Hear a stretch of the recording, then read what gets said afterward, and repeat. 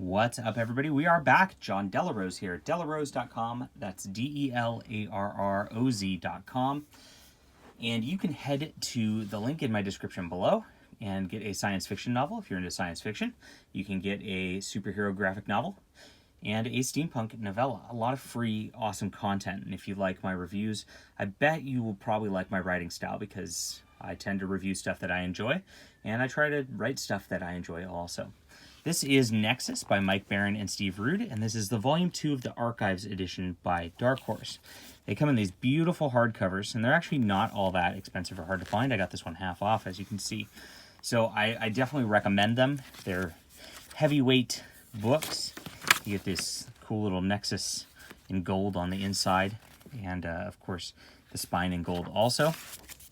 The nice archival paper at the start, and very nice, heavy, not too glossy of paper. It's not matte all the way, but it definitely does not have any glare, which a lot of modern paper does. And I may be going on too much about paper in this, but I really like this printing.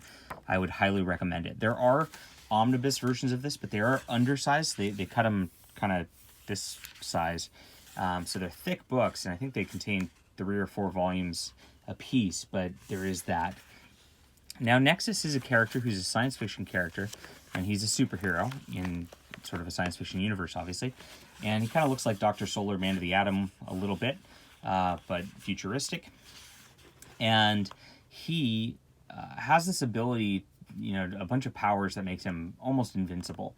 And he gets dreams of these psycho killers, and he has to go face them and kill them and get rid of them. Otherwise, he has these debilitating headaches that just nearly shut him down. So, Volume 1, we had a lot of the setup of the characters. We got some world building with Earth and all that. And I kind of expected a very serious story out of Volume 2 because of that. It was a very serious Volume 1. Most of it was not in color in Volume 1, incidentally, which this is Nexus Volume 2, technically, because they started with a miniseries, numbers 5 through 11. Nice intro and forward from Joe Casey through here. But this is in nice color. I love the colors in this volume. Whoever did the colors on this? Who did the colors on this? Was it just Steve Rude himself? Let's see. Colors by Les Dorsheed, who I don't know the name of, but I really love the way that the colors look in this. It's a very bright, vibrant, cool-looking things.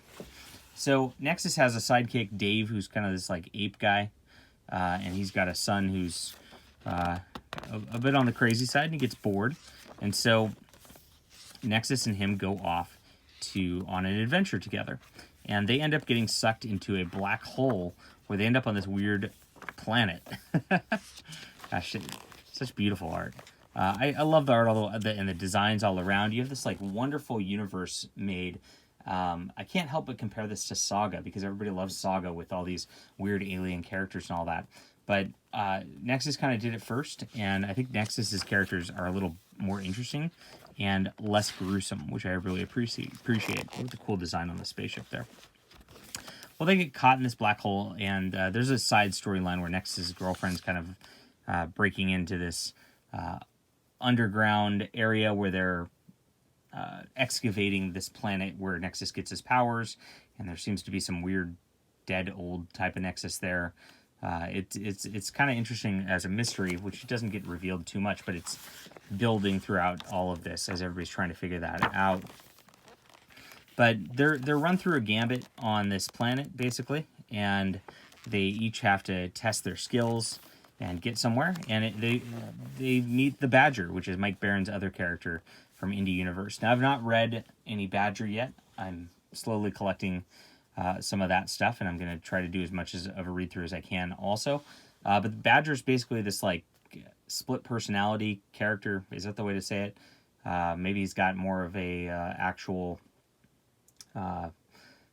some other, disease where he's crazy. But he's he's quite a violent guy also. And he's very fun. And so it's a nice little contrast between science fiction and this other superhero as they battle together. And it turns out like this like manta ray thing that set them on this quest was looking for them there. Nexus comes back, and when Nexus comes back, he finds that his world has voted as a democracy. We're not all the way there yet. Here's the cool Nexus stuff. Beautiful art. Look at this dynamic fighting. I could just look at this stuff all day. There's fun all the way around through here. And Steve Rudras, beautiful women also. He does everything about perfect. This is about perfect. Gosh. My one deal on this first storyline with the Badger is it gets so ridiculous at points that I was expecting going in a very serious plot line because, you know, Earth was sending spies after Nexus and really looking like they were going to try to deal with him, and it looked like a very epic, sweeping, serious storyline. We took this diversion, which was just a very silly personal storyline. I should also mention at the back of all these issues, each issue, there's a backup which further goes into some of the characters. So you get one of Dave, you get one of the gal who Nexus is sort of courting. You see, you learn a little bit about them, and they become more interesting and vivid characters over the course of this also. And then beautiful painted covers. Oh my gosh. Can't even handle how great this stuff is. So the world has become a democracy over the course of things, and Nexus goes off on another mission where he actually has to kill a kid. It's kind of funky on that, but he's an evil kid, so it's okay. And when Nexus gets back, you know, they keep trying to be like, nope, we voted this, and you're not in charge anymore. And Nexus just kind of does what he wants anyway. Now I'll note there's a bunch of actual literal talking heads in here. And they go off and kind of get their own planet at some point. And Futurama might have copied this. I don't know what copied from Nexus or not, but Futurama's heads in a jar really seems a lot like this, I gotta say. And then the pirates go after them, and Nexus and company have to kind of stop those pirates, and they kind of just go in wreck phase. So very fun deal right there. And that's kind of where the volume ends. Now, what's cool about the creator biographies, there's always biographies at the back of these books, but Mike Baron does Steve Rude's biography, and Steve Rude does Mike Baron's biography. Very cute way of telling things. So much fun. I can't overstate it enough.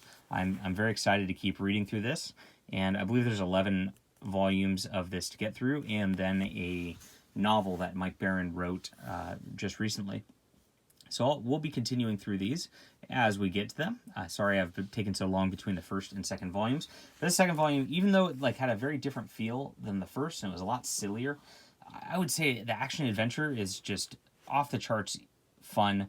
Everything's so good about this. The dialogue's awesome. The characters are unique. If you haven't read this, just go get it. This is some of the best of indie comics right here. All right, hit that like and subscribe button. See ya.